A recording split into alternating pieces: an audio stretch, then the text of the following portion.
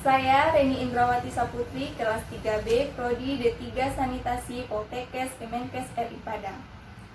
Baiklah, di sini saya akan melakukan konseling tentang penyakit yang berbasis lingkungan, seperti ISPA. Selamat menyaksikan.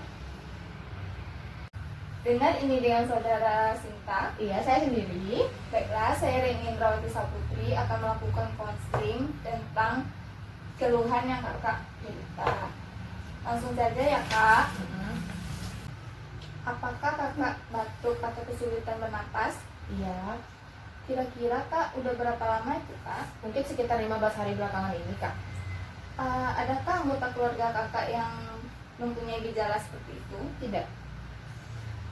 Apakah pada siang hari di rumah kakak itu tembus cahaya atau tidak? Kadang-kadang tembus cahaya, kadang-kadang juga tidak, Kak. Terus atapnya itu tembus cahaya atau tidak? Tidak sih, Kak. Terus kalau pintu atau jendelanya masuk nggak cahaya? Masuk, Kak. Terus kakak dari rumah itu terasa panas atau gerah nggak kak? Iya. Ada lubang ventilasi di rumah kakak? Ada. Luas rumah kakak kira-kira berapa tuh kak? Kurang tahu itu, Kak, kalau luas rumah yang jelas. Di dalam rumah terdapat banyak anggota keluarga. Oh gitu. Atau kurang dari 8 meter kira-kira ada tuh? Mungkin sekitar kurang dari 8 meter, Kak. Kakak masaknya menggunakan bahan bakar apa?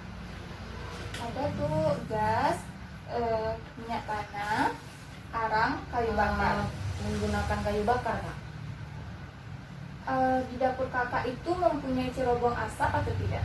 Tidak. Terus kakak tidur itu sendiri atau ada anggota keluarga yang lain? Kalau tidur itu sama-sama dengan anggota keluarga yang lain, Kak. Terus kakak ini kan batuk kak. Terus kemana ludah atau dahak yang kakak buang? Biasanya itu di kamar mandi, Kak.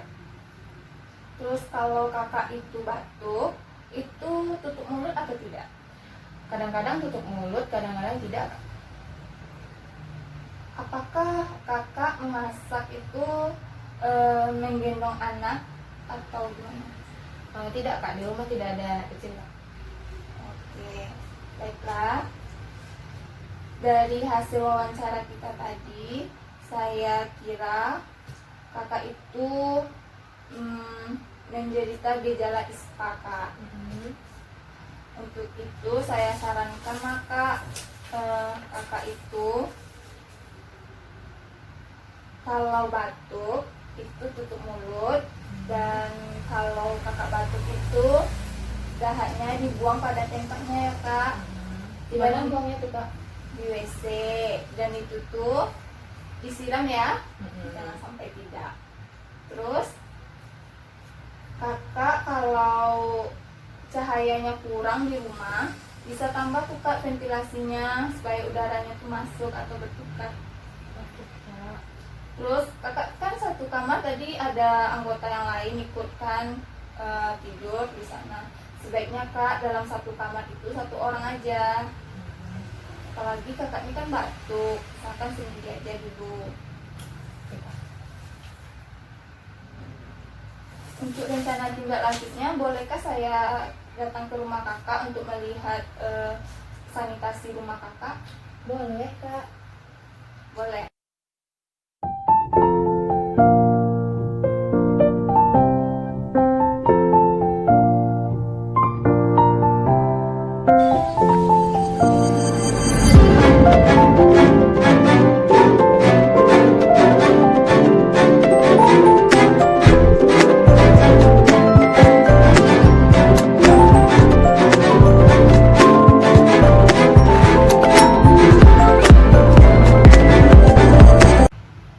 Baiklah, itulah hasil konsultasi dari saya. Semoga bermanfaat. Assalamualaikum warahmatullahi wabarakatuh.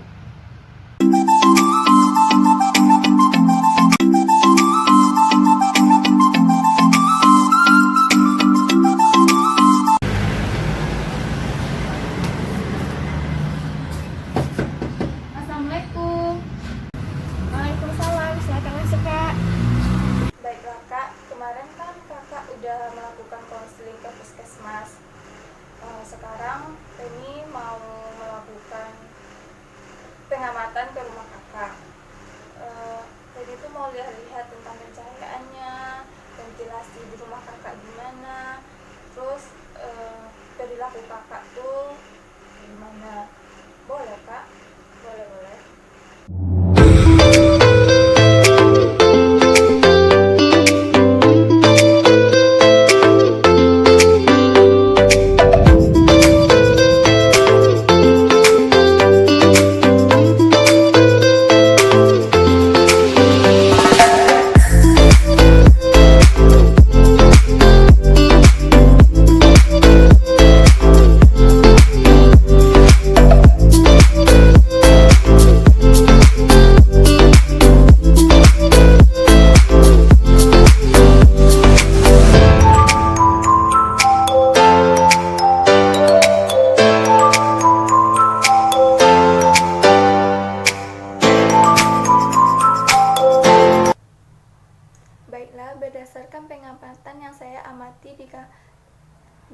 Berdasarkan pengamatan yang saya amati di rumah Kak Sinta, maka saya menyimpulkan bahwa rumah kakak tersebut tidak memenuhi standar kesehatan. Yang pertama, karena penerangan pada rumah tersebut tidak memenuhi kesehatan. Karena pada siang hari, kakak tersebut tetap menghidupkan lampunya. Yang kedua yaitu jendelanya selalu tertutup, sehingga tidak memungkinkan terjadinya pergantian oksigen atau udara. Yang ketiga yaitu tidak memiliki cerobong asap pada dapurnya. Baiklah, itulah kesimpulan yang saya amati di rumah pasien saya. Semoga bermanfaat. Assalamualaikum warahmatullahi wabarakatuh.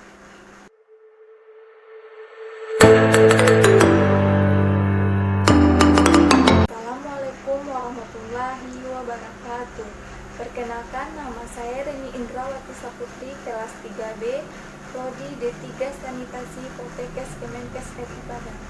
Baiklah, saya mau melakukan intervensi kesehatan lingkungan terhadap pasien saya yang mengidap penyakit ISPA. Selamat menyaksikan. Baiklah kak, saya akan melakukan intervensi kesehatan lingkungan khususnya penyakit ISPA.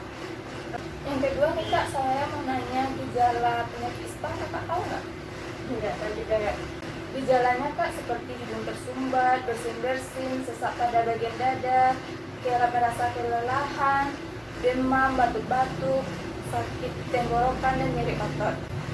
Penyebabnya ada dua nih kak. Yang pertama itu karena virus, yang kedua itu karena ada bakteri. Untuk virus ini ada beberapa. Yang pertama rhinovirus, yang kedua respiratory syncytial virus, yang ketiga parainfluenza virus, yang keempat rhinoviruses, yang kelima yaitu Epstein-Barr virus. Untuk bakterinya ini ada 3. Yang pertama Streptococcus grup A, yang kedua Bordetella tuberculosis, yang ketiga Corynebacterium diphtheria. Kakak tahu nggak untuk menghindari ISPA itu gimana? Ya, betul kak. Pertama itu kita tuh harus cuci tangan dengan sabun menggunakan air mengalir. Yang kedua yaitu menghindari menyentuh wajah, terutama di mulut, hidung, dan mata dengan tangan. Yang ketiga, perbanyak makanan kaya serat dan vitamin untuk meningkatkan daya tahan tubuh. Yang keempat yaitu tutup mulut dengan tisu atau dengan tangan saat bersin dan batuk. Yang kelima yaitu berolahraga secara teratur. Keenam, berikan ASI secara rutin bila terjadi pada bayi. Baiklah kak, Reni mau ngasih tahu kakak nih beberapa makanan yang tidak boleh dikonsumsi saat penyakit ISPA. Yang pertama yaitu kakak harus menghindari makanan yang berlemak dan berminyak karena sulit dicerna.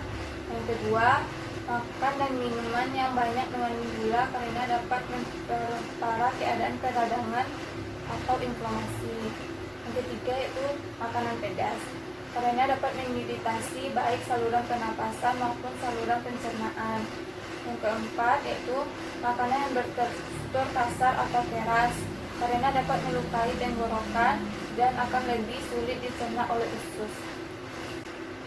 Sedangkan untuk makanan dan minuman yang dianjurkan seperti makanan yang kaya akan kandungan probiotik seperti makanan yang difermentasi, memperbanyak asupan air putih, mengkonsumsi makanan yang lembut terlebih dahulu, dan meminum air rebusan jahe. Baiklah, itulah intervensi yang saya lakukan bersama pasien saya. Semoga bermanfaat.